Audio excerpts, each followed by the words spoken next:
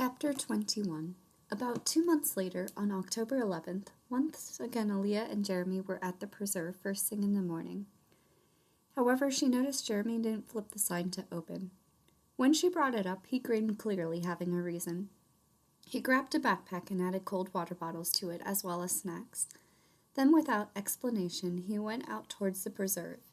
Melody pranced around excitedly as she greeted them at the gate. He chuckled and patted her neck.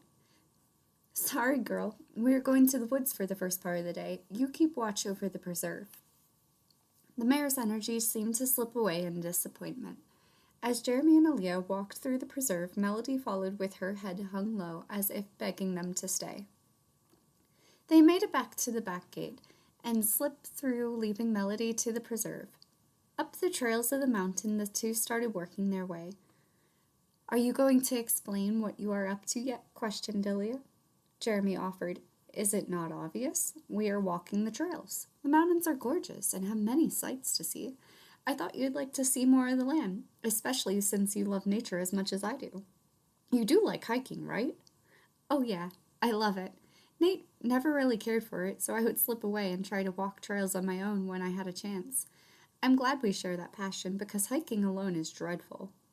"I'm sure it is. But it can also be peaceful. My childhood home had woods out back.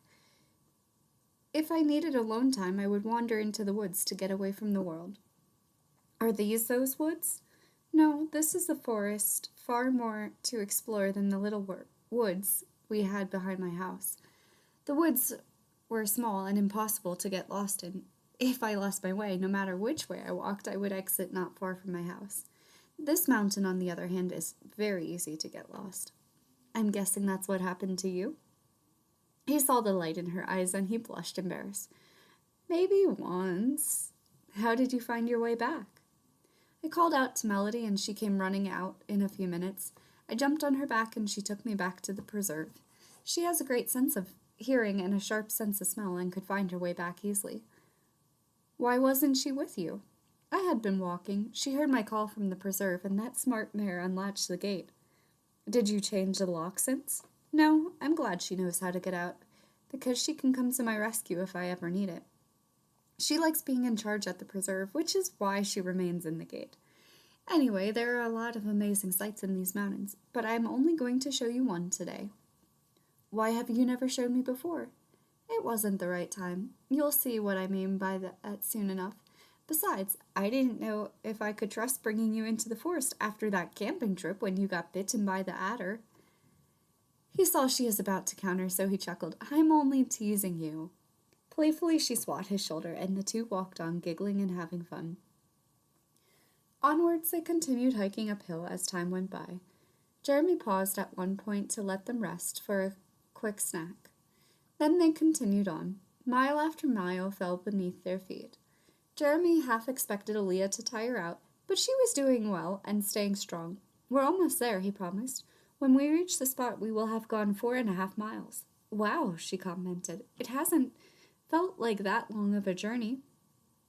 Finally, they came to the summit. Jeramie led her out onto the rock cliff, and she gazed breathlessly upon the scenery.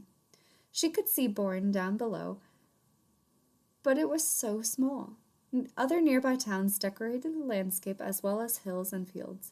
It was even better of a view because the early autumn trees were changing and added extra color. Aalliyah understood now why it was the time to show her the view. Jeramie sat down on the one rock and tapped the spot beside him. She then sat down to his left and continued taking in the scene. Many minutes of silence passed as the two peered upon the natural beauty of the world. Out of the blue, Jeramie inquired, "May I see your hand?" She turned her eyes from the land before her and looked at him puzzled. "Sure, which one?" she responded. "Doesn't matter." She held out her left hand because it was easier than twisting her right arm backwards. He took it and held it as he ran his thumb across her palm. It almost seemed like he was studying it, but he was only touching it because it was soft. Slowly he lifted it up and kissed the inside of her palm. Steadily he lowered her hand until it was resting on his leg with his cupped under hers. He waited, assuming she would take her hand back, but she let it there. She was looking at it, though. Then she curled her index finger under his thumb. He placed his pointer finger between her index and thumb, having her thumb rest on top, which made the tips of their thumbs touch. She rolled her hand over without breaking the formation, and then wove her other fingers between his until their hands were interlocked. Jeramie looked up, and she met his eyes with a warm smile. Her eyes seemed to be studying him, or at least full of thoughts. Then he felt her take away her hand from his, and he sighed softly, wishing the moment had lingered. However, then she placed her hand on his right cheek and turned him more towards her. Before he knew it, her soft lips were wound around his. She lingered for a long moment and then slowly pulled away. "I want to be with you," she murmured.